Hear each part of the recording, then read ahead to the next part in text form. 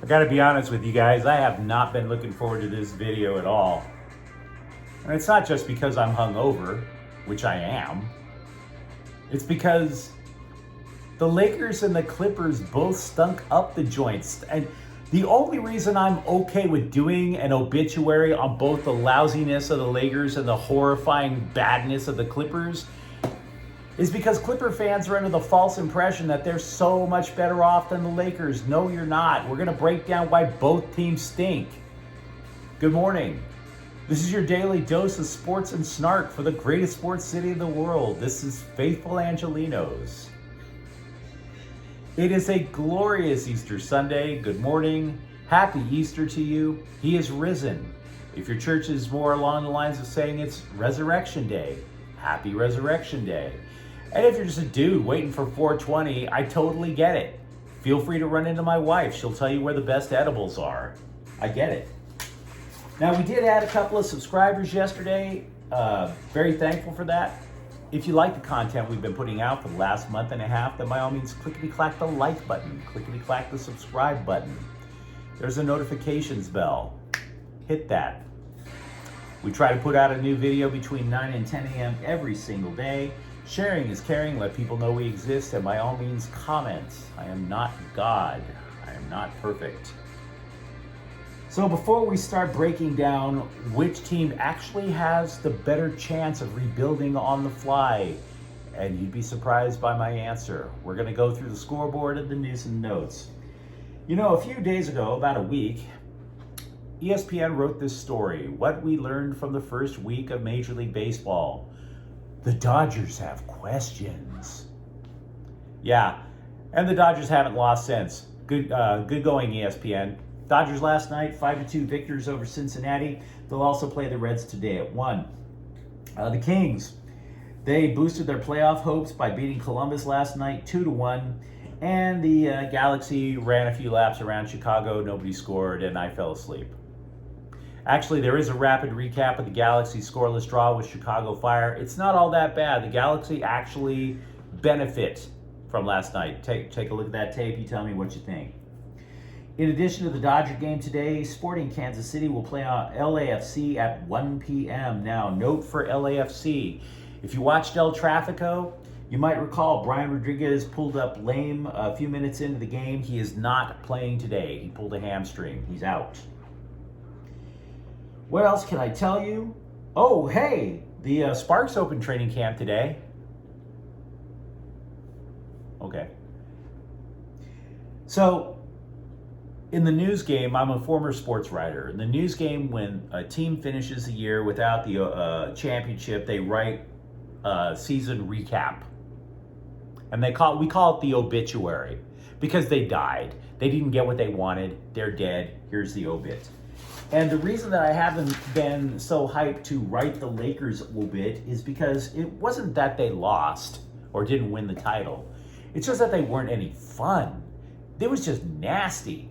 The Lakers, okay, if I were still young enough to go to the club, the Lakers were like the 5 chicks in the corner of the club at 1:30 in the morning, and they're all getting into a cat fight, screaming over which one is the bigger whore.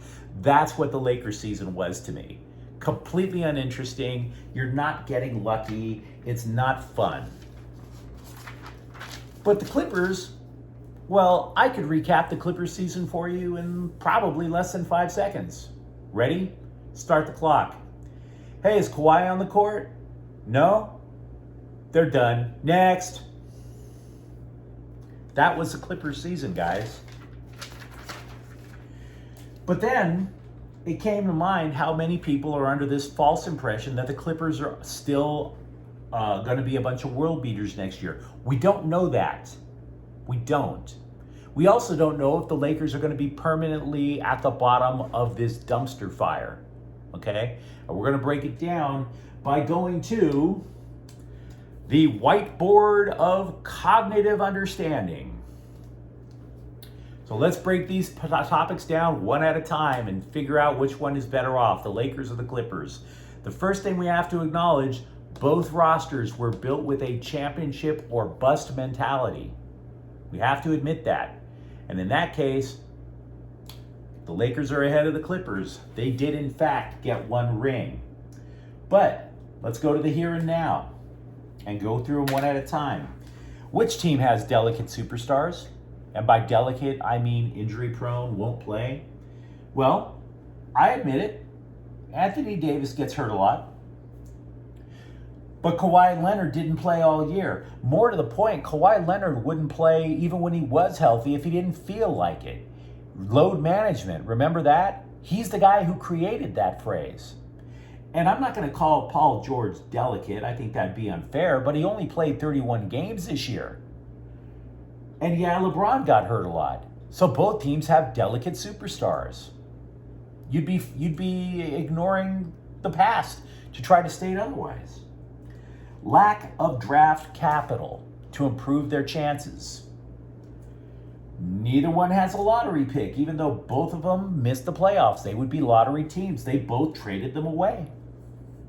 So they're both in the same boat. Self-inflicted wounds. Well, I will grant you, letting Alex Caruso walk is a self-inflicted wound. Trading away Kyle Kuzma and Kentavious Caldwell-Pope are self-inflicted wounds. You also want to know what a self-inflicted wound is? Trading away 5 first-round draft picks for Paul George. You traded them away if you're a Clippers fan because you were under the impression that you were going to have this wide-open championship window and never need a high first-round pick. Not true. You're in the lottery. That's a self-inflicted wound. Pointless drama. Okay.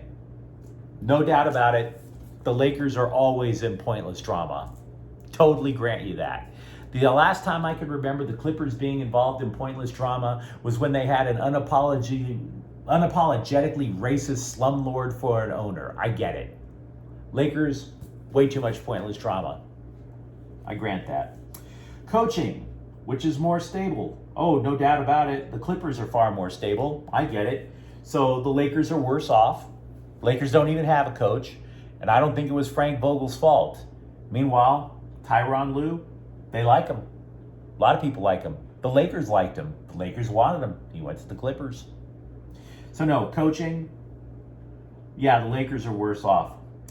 Team needs.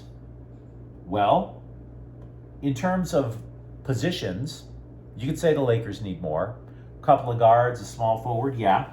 But you would also be able to argue that the Clippers have a disturbing lack of height. They need a center. And in addition to that, they need health.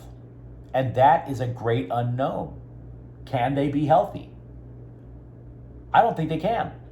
So no, I think they're both in the same boat. The Grim Reaper, who is old and busted.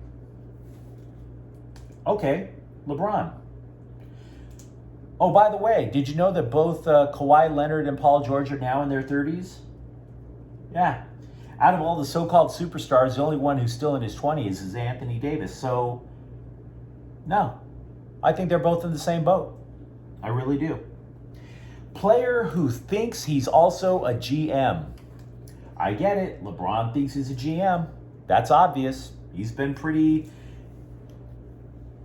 sneaky.